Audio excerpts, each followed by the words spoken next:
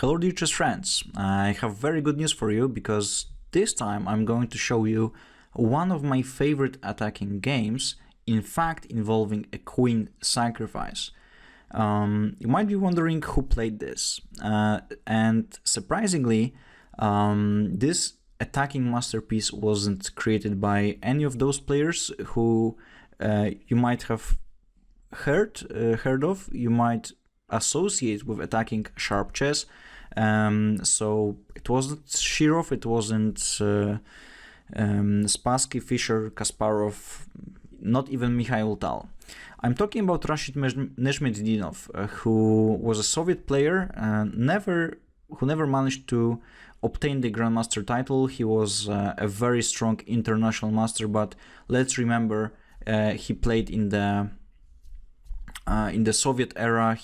In fact, the game I'm going to show you was played in 1958, so the international titles, Grandmaster title, international master title, were not that popular. The game I'm going to present was played between Lev Polgaevsky, a very strong Soviet player, and Rashid Nezhmetdinov. This was Soviet Championship 1958. Let's take a look at this very interesting piece of chess history. d4, knight f6, c4, d6, knight c3, e5. Quite a surprising opening choice for an attacking player. e4, pawn takes d4, queen takes d4, knight c6. Already, let's face it, white has no advantage in the opening whatsoever. On the other hand, this is quite a cunning setup. Queen d2, you might be wondering what the queen is doing, since it's blocking the bishop. Well, the bishop is going to be developed in a bit of a different fashion. b3, bishop g7, bishop b2. Black castles, and already it's quite clear that, well, black is really fast in development. If he's given enough time, he's going to play rook e8 and put immediate pressure on the pawn on e4. So Polgaevsky played bishop d3, anticipating that, and true to his style, Nezhmetdinov just goes knight g4. Not really looking for any half measures. It's actually quite a strong move. It's a multi-purpose move because if you look more closely, in some cases black might be interested in transferring the bishop to h6, in particular if white, for any mysterious reason, decides to castle queenside. On top of that, there is of course the possibility of transferring the queen to kingside by playing queen h4, and a more strategic option, knight e5, just transferring the knight to a more central square where it's going to apply pressure on the white bishop. So white played knight g2 e2. According to my analysis, knight f3 was much stronger, when after knight e5, white could just either exchange the knights and even go for the caveman attack, h4 followed by h5, hoping for some destruction there, or white could also just go back with the bishop, admitting that d3 was never the optimal square for this piece. In any event, knight g2 e2 was played, queen h4 as already announced, knight g3, this is really the only move, otherwise white is in great danger. Knight to e5. And let me just make this general remark that this was a very sharp game. Nezhmetdinov won in a fantastic fashion. However, there were situations where he could have improved. So for example, here he could have played f5. Why is it so strong? It basically tears white's position apart. If pawn takes f5, one of the ideas is to go rook e8 check, already trying to attack the white king using the open e file. However, even stronger is knight b4, and then white has very difficult decisions to be made. There is pressure all over the board. The pawn is really tied down to this f5 square. It has to stay there because otherwise, well, open f file doesn't look like a good situation for white. In any event, after knight g3, knight to e5 was played, also very strong, castles and f5. Again, Nezhmetdinov probably missed knight g4, and after h3, which is forced, knight takes f2, rook takes f2, again pretty forced, queen takes g3, winning a pawn. And I was wondering, is it really possible for a player who, well, played great many absolutely amazing attacking games involving spectacular sacrifices to miss such an idea? I don't think so. And then I realized that probably he just wasn't satisfied with the outcome of this line. Which is also quite strange, because if you manage to win a pawn on move 14 with black against such a strong player as Lev Polgaevsky, you have to be satisfied. Not for Nezhmetdinov. He was always looking for the checkmate. So after castles, f5, f3, and for those of you who still try to master their attacking technique, remember to try to involve all of your pieces in the attack, or in other words, invite all of your friends to the party. Bishop h6. The bishop cannot jump over knights. They cannot jump over any pieces, in fact. And bishop h6 is the proper way of including the bishop in the game. And after queen d1, I was really surprised to see that Nezhmetdinov didn't go for bishop e3. It looks like such a logical follow-up, very logical attacking sequence, especially that after king h1, he could have played f4, and then knight e2 is forced, and black can even go g5, simply trying to play rook f6, rook h6, and queen takes h2. And as a matter of fact, the move order may be changed. So it's quite curious that Nezhmetdinov didn't play that. There is a drawback of that line. Feel free to analyze that. So instead he played f4, apparently trying to keep as much pressure on the board as possible. g5, knight d5, g4, he goes all in, which is something I really appreciate in this game. Basically, if allowed, he's going to take on f3, opening the g file without really being concerned about his own king safety. That was never in Nezhmetdinov's mind. He was, you could say, a romantic chess player, only interested in the opponent's king. And then when that happens, actually the bishop on c8 could be more involved in the attack. You could easily imagine a transfer of the bishop to h3 with tons of possibilities. So Polgaevsky reacted in the best possible way, which is sort of counterintuitive. g3, you never want to play on the part of the board where you are weaker, where you expose your king, unless necessary. This is unless necessary. This is the only move. Pawn takes g3, pawn takes g3, queen h3. So the black queen is dangerously close to the white king. And here Polgaevsky played f4. A cold-blooded move. Nothing really going on. He wasn't afraid of anything. And as a matter of fact, this is probably the moment when, as black, you realize that, well, you can give a check, but it's not going to finish the game, because white can even evacuate on f2 and then even on a3. Let's put it in a different color. And even though this could lead to a very strange position, if you start looking at it and analyze it more deeply, so knight f3, king f2, for example, queen h2, king e3, where's the follow-up? In the meantime, white is just about to play rook h1 and tables may turn. On top of that, knight f6 check with very annoying tactical ideas. Knight takes c7 should never be underestimated. You never know. And here, this is where you could really appreciate the masterpiece that Nezhmetdinov created. He played bishop to e6, and this is a first sacrifice of the game. Taking on e5 is of course not advised. Generally speaking, when that happens, black just takes on d5, following it with bishop e3, and it's pretty much all over. so that's not advisable.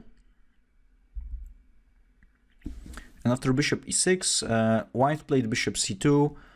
There were many possibilities here. One of quite remarkable ones is knight c7, where I'm not sure if Polgajewski calculated all of that. I'm really curious how much Nezhmetdinov saw in the game. But apparently, and this is what, well, it even takes some time for the computers to analyze it properly. It turns out that both bishop takes f4, but even rook takes f4 are exceptionally strong. It's just a crushing idea. Basically, after rook f4, well, numerous captures are available, of course, for white. But, for example, knight takes f4, queen g3 check. If knight g2, bishop e3 is quite a neat finish. In case king h1 is played, bishop takes f4, and with such domination on the board, you cannot fail to win. It's just crushing position. Instead, after rook takes f4, g takes f4 is also a possibility, but then g3 takes, king h1, another precise check, king g1, bishop h3. Black has a way too many strong active pieces.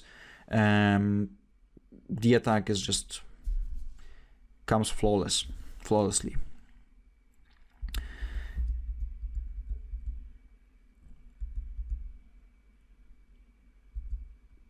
So instead of capturing on c7, white played bishop c2, sidestepping a couple of tactical motives.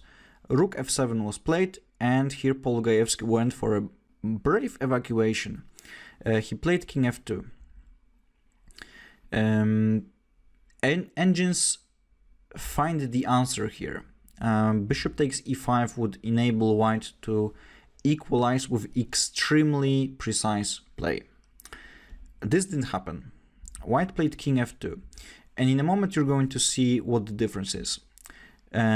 First, Nezhmetdinov goes king e3, queen h2, sorry, forcing king e3, and now bishop takes d5, pawn takes d5, and knight to b4.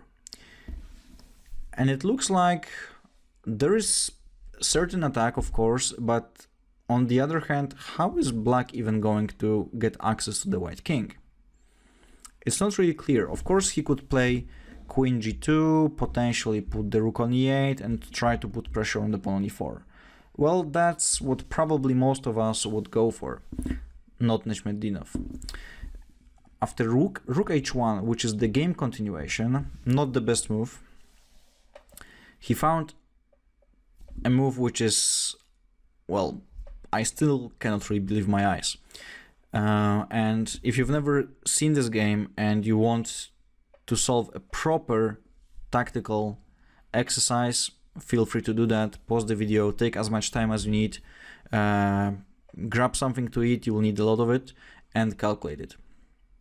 It's really that impressive. It should take you some time. So the move I'm talking about is rook takes f4. There's so many captures available, and black is just crushing white. It's absolutely amazing. First of all, let's discuss those sidelines, not critical ones, which is of course capturing the queen. When your opponent gives you the queen, you should probably just consider it the main move, capturing it. So, for example, if g takes f4, black just goes bishop takes f4, and if knight takes c2, and it turns out that those knights, and again, the bishop could have been exchanged for the knight on e5, which seems to be the crucial difference. These knights cover all of the most important squares. And of course, white is forced to take on c2, and after queen takes c2, it's generally a matter of conversion for black. If instead of taking with the pawn, white goes rook h2, which is the game continuation, black just crashes. It's still fantastic, really fantastic idea. Rook f3. It turns out that due to the double check, the king needs to go to d4. And now a very simple, quiet bishop to g7. The king is paralyzed.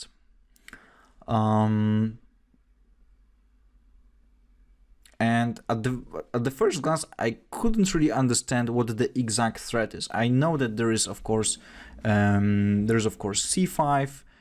There is knight c2 check. There's many checks, of course. Any discovered check with the knight, you could go from e5 to c6, and there are many possibilities. However, it turns out that if white was allowed not to make the move, then black's next move would be b5. And then the very next move, this is actually a checkmate net. There is no way white is going to stop checkmate in the very next move. Knight c6, double check, and so a check created by the bishop and the knight at the same time. All of those squares, believe me or not, they are covered by the black pieces. Well, how often do you get the chance to give your opponent the checkmate where his king stands in the middle of the board on move 20 something? So after bishop g7, white played a4, apparently, well, realizing what the problem is. So b5 is prevented, however, it doesn't matter. c5 check, pawn takes c6, and to many of us human beings who regularly try to attack opponent's kings, well, knight c6 seems just a very natural way of playing. However, forcing is not always the best. B takes c6 creates again a checkmate net or a checkmate threat. Well, the king cannot escape, so it's a sort of a net, but c5 is just a decisive checkmate threat here. So the only way to prevent that was bishop d3, because this at least enables white to escape on c3 in case of a check. And feel free to analyze all of the sidelines here, all of the checks. But the following sequence is really the cleanest, the fastest, and still quite impressive. Black just took on d3 with a check, king c4, and now the king is invited on a bit of a longer journey. d5, pawn takes d5, pawn takes d5. Again, b5 square is the only one available to the white king. Rook b8, check. So the last piece enters the game. That's always eye-pleasing and, well, something that proves the theory that all of the pieces need to be involved for the attack to be successful. And after king a5, knight c6, white just resigned, because after king a6, well, you name it. Rook b6, knight b4, knight c5, all of those moves result in a checkmate.